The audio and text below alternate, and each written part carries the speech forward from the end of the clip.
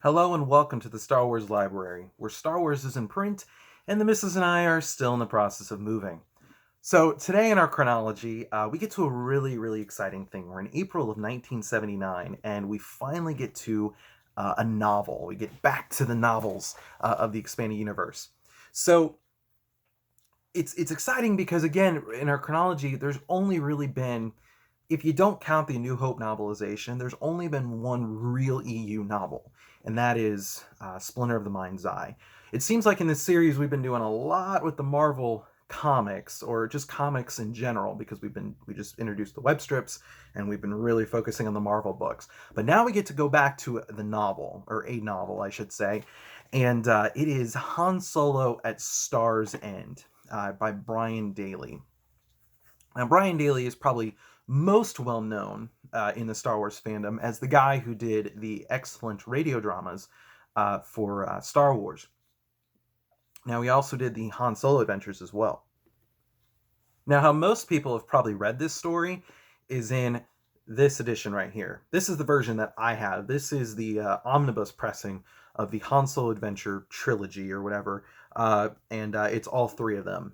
Han Solo at Star's End, Han Solo's Revenge, and Han Solo and the Lost Legacy. This is probably the most common way how a lot of people have read these. I unfortunately do not have the original pressings of them. I know people that do, and the covers do look very nice, and that'll probably be one thing I want to pick up one day, is to get the hardcovers or even paperbacks. Del Rey, again, for back in those days, Del Rey would print a paperback first, and then a hardback would usually be through the Science Fiction Book Club a little bit later. So the paperback is probably your best option. So this is a story that focuses solely on Han and Chewie, kind of how Splinter of the Mind's Eye was only on Luke and Leia. This is a story that's only on Han and Chewie. And it's actually 2 years before Episode 4. So, and it also then is concurrent with the Han Solo trilogy written by A.C. Crispin, which comes much later. It actually works really well together. She was aware of the Brian Daley stuff. But anyways, what's interesting here is that this was a cool way, again, back in 1979, this was a cool way for a lot of people to see Han Solo before we saw him in Episode 4. Now, nowadays, it might not be that big of a deal. It'd be interesting for Star Wars fans, but it wouldn't be this, oh my gosh. But this is a, back then, it was a very, oh my gosh moment. So what's interesting here is that Brian Daley could not use the Empire as the bad guys in this story. So it's the villains are the corporate sector, which is a very, I'm sure, well known for some people who have delved into the Star Wars expanded universe. They'll show up in many other different sources. In fact, I think they even show up in Dave Filoni's Clone Wars as well, or there's a passing reference to them.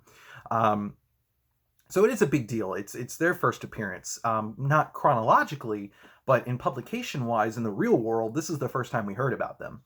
And it also shows the Z-95 headhunters, which later become the X-Wing starfighters that we are all very familiar with as well.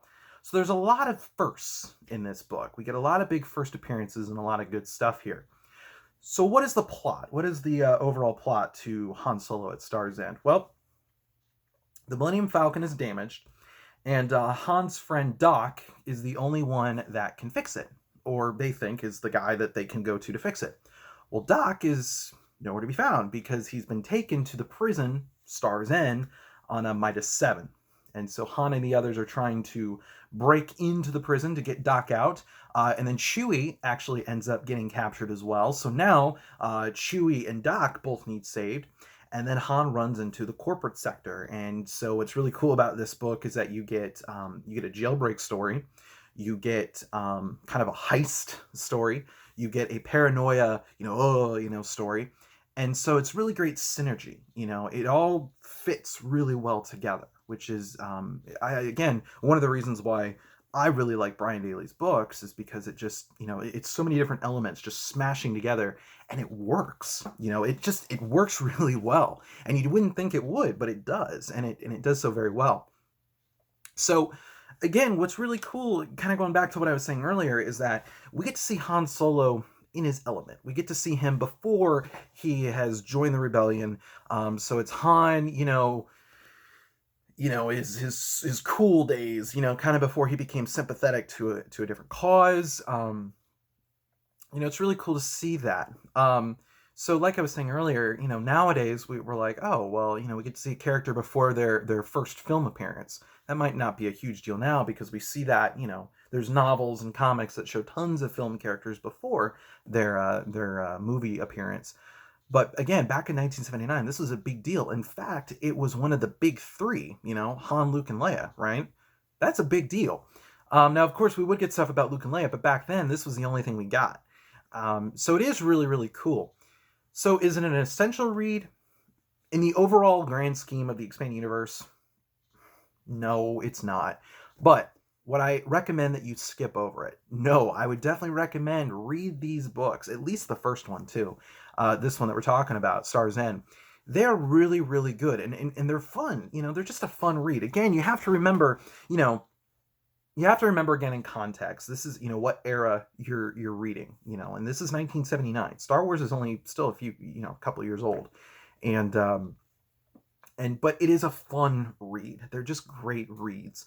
And Brian Daley writes really, really well. This was my first, experience to him. Even before the radio dramas, this is what I read first, and he writes really, really well. And it's just a fun read. I can't say enough good things about the Han Solo adventures. Go check them out. And it's exciting because this is now the second of real novel in our chronology. Again, not counting the episode 4 novelization. So that's all the time we have today, folks. Thank you so much for tuning in, and we'll catch you later.